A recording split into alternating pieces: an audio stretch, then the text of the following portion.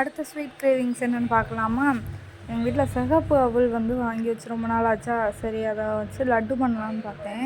First பேனில் நெய் ஊற்றி அவலெல்லாம் போட்டு, நெய் சூடானதுக்கப்புறமா அவல் போட்டு சிகப்பு அவலை போட்டு நெய்யிலே நல்லா வறுத்துக்கிட்டேன். நல்லா மொறுமொறுன்னு வர்ற அளவுக்கு நல்லா வறுத்ததுக்கப்புறமா அதை ஒரு பிளேட்டில் மாற்றி நல்லா ஆற விடுறேன். அது நல்லா ஆறுனதுக்கப்புறமா பார்த்திங்கன்னா நல்லா மொறுமொறுன்னு இருக்கும். அது அப்படியே ஒரு மிக்சர் ஜாரில் சேர்த்து அது கூட வெல்லமும் சேர்த்துக்கிட்டேன்.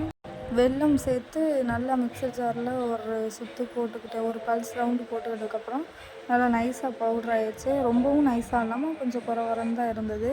அதை அதுக்கப்புறம் பிளேட்டில் மாற்றிட்டு, இதில் முந்திரி இருந்தால் முந்திரி சேர்த்து நம்ம நெய்யோடு வறுத்து தாளித்து ஊற்றிக்கலாம். என்கிட்ட முந்திரி இல்லை, அதனால் நான் சேர்க்கல. நெய் மட்டும் காய்ச்சி ஊற்றிக்கிட்டேன். சூடாக இருந்ததுனால கரண்டியை வச்சு கிளறி விட்டு கொஞ்சம் ஆரவும் கை பொறுக்கிற அளவு வந்தது. கையை வச்சு லட்டு பிடிச்சி பார்த்தேன், பட் எனக்கு லட்டு வரல. உதிரியாக தான் இருந்தது. அதனால் இதை அப்படியே ஓட்டு மாவுன்னு பேர் வச்சு வீட்டில் எல்லோருக்கும் கொடுத்துட்டேன். ஓரளவு நல்லா தான் இருந்தது. நீங்கள் ட்ரை பண்ணி